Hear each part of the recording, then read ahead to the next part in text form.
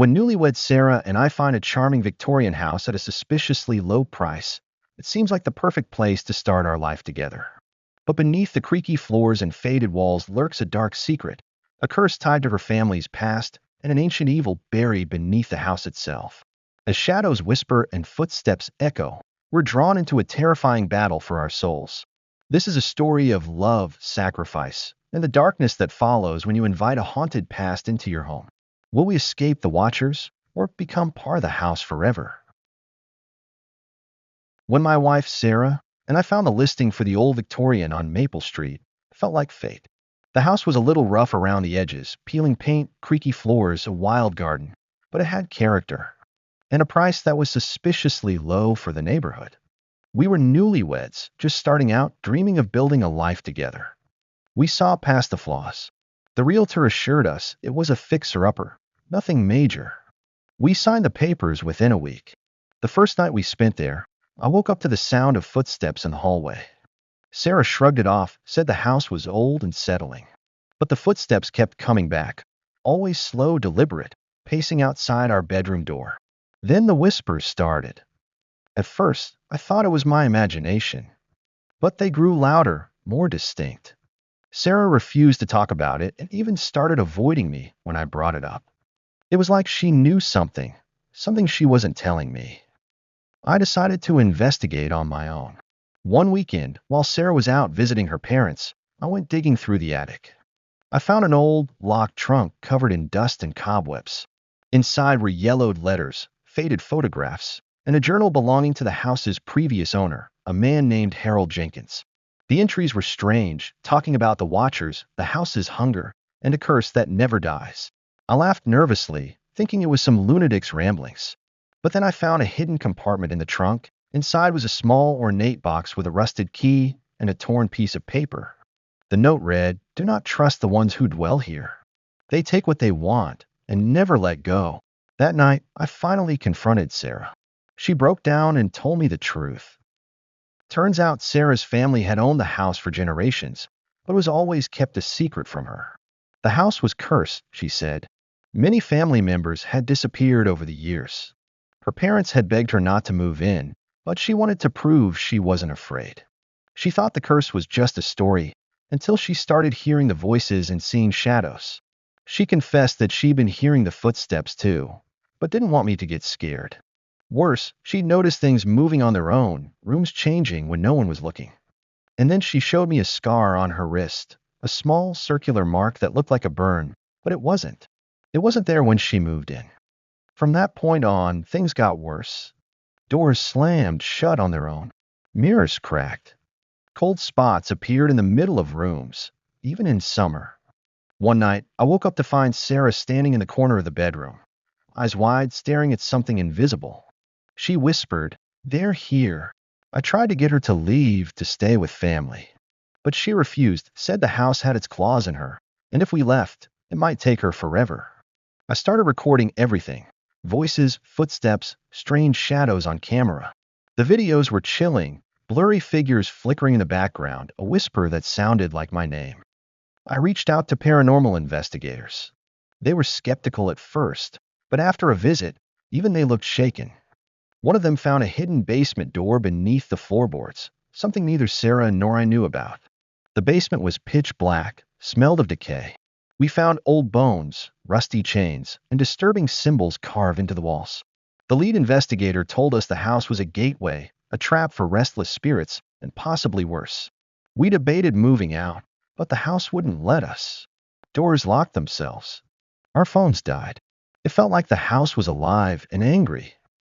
One night, Sarah vanished. I woke up to an empty bed and the faint sound of laughter echoing through the halls. I searched the house frantically, following the laughter to the basement door. With shaking hands, I unlocked it and stepped inside. The basement was flooded with an eerie, unnatural light. I saw her standing in the center, eyes glazed over, surrounded by shadowy figures. She turned to me and whispered, "They say if I stay, I belong to the house. If I leave, it belongs to me." I grabbed her hand, pulling her out as the shadows lunged. We ran, the house shaking violently behind us. We never returned to the house. We moved across the country and tried to forget. But sometimes, late at night, Sarah wakes up screaming about footsteps and whispers. I still hear my name in the wind. And sometimes when the phone rings, I swear I hear the same laughter from that basement. The house wasn't just a building. It was a prison. And we were lucky to escape. Moving out didn't bring the peace we hoped for. We found a small apartment in another town miles away from the cursed Victorian. The moment we stepped outside Maple Street, I thought the nightmare was over. But it wasn't. Sarah was different.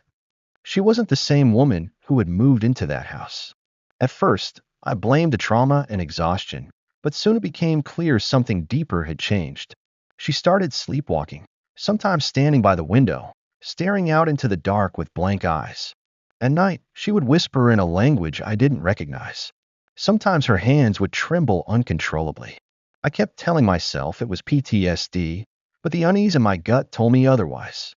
One night, I woke up to find the room colder than usual and a dark silhouette standing at the foot of our bed. It vanished the second I blinked. I tried to brush it off as a nightmare, but the scratches on the floor, real, fresh scratches, told a different story. Weeks after the move, I found an old envelope tucked into one of Sarah's books. Inside was a letter written in hurried, frantic handwriting. It wasn't from Sarah, but from her grandmother. The letter warned about the inheritance that came with the house, a curse that didn't just haunt the walls, but the bloodline. It spoke of a ritual, an ancient binding, that linked the family's fate to the house's dark spirit. Breaking the bond meant risking destruction, but staying meant a slow, tormenting possession.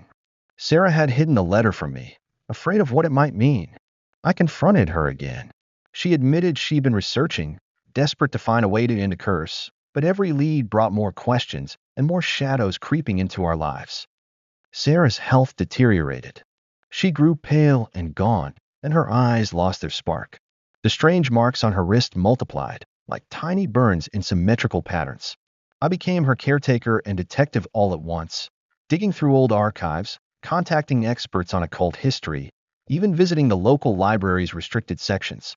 One night, Sarah collapsed. She was mumbling about voices in her head, about a cold presence trying to take control. The hospital couldn't explain it. They chalked it up to stress and anxiety. But I knew better. The house was still with us inside her. Desperate and out of options, I called a paranormal investigator back. This time she brought a team, a medium, a priest, and an exorcist. They came to our apartment, an unusual place for such a ritual, but they said the spirit followed Sarah wherever she went. The night of the ritual was the darkest I've ever known. The apartment was plunged into unnatural cold, candles flickered wildly, and the shadows grew thick enough to touch. Sarah screamed as voices filled the room, angry, pleading, threatening. The exorcist fought to push the spirit out, chanting prayers and burning sage. For hours, the battle raged. And then silence. Sarah collapsed into my arms, tears streaming down her face. She was free. We thought the nightmare was finally over. But every once in a while, I catch Sarah staring at empty corners, eyes wide. Sometimes I hear the footsteps again, faint, slow, pacing just outside our door. The house may be gone, but its shadow lingers, and I fear one day it will come back for us. Months passed, and life slowly returned to something resembling normal. Sarah seemed healthier, more herself, though shadows still lurked in the corners of her eyes. I tried to believe we'd left the house and everything with it behind for good, but then I started getting strange messages. At first, just cryptic texts from unknown numbers. You can't run. It waits. The debt isn't paid. Then came calls, silent, breathless, filled with the sound of shuffling footsteps on the other end. Sarah's unease returned with a vengeance. She stopped sleeping again and became withdrawn, staring into space as if watching something only she could see. One night, I found her crying silently in the dark. She told me she'd been dreaming of the house, or maybe a different place, where the walls bled shadows and the floor was soaked in cold. But the worst part was that the nightmares felt real. Desperate for answers, I tracked down an elderly neighbor from Maple Street, Mrs. Green, who had lived next door to the Victorian for decades. She was hesitant to talk, but finally opened up over tea. The house wasn't always like that, she said, voice trembling. Harold Jenkins was a kind man before it changed him. There was something in the land beneath the house, something old and hungry. She warned me that the house was built over an ancient burial ground, disturbed during construction, and that the curse was tied not just to Sarah's family, but to something much older. She handed me a faded, leather-bound book filled with strange symbols and cryptic instructions. A grimoire, perhaps. The only way to end this, she whispered, is to confront what's beneath. The next day, Sarah and I pored over the grimoire. It described a ritual to sever the ties between the living and the restless spirits bound to the land. The ritual required us to return to the house, to the basement where we'd found the bones, and perform an offering to the watchers, but warned of a terrible price. We debated it all night. Was it worth risking everything to finally close this dark chapter? In the end, we knew we had no choice. We drove back to Maple Street, a place that felt like a graveyard of our past lives. The house was exactly as we'd left it, dark, silent, and ominous. Inside, the air was thick with dread. The basement door groaned open, revealing the dark pit beneath. We gathered the items the grimoire instructed: candles, herbs, a bowl of salt, and an offering of old family relics. As we started the ritual, the walls seemed to pulse, shadows stretching and twisting like living things. The watchers were waking. The ritual demanded a sacrifice, not of blood, but of memory. Sarah had to offer a memory dear to her, something that defined her identity. She chose the memory of our wedding day, a moment filled with love and hope. As she spoke the incantation, the house trembled violently.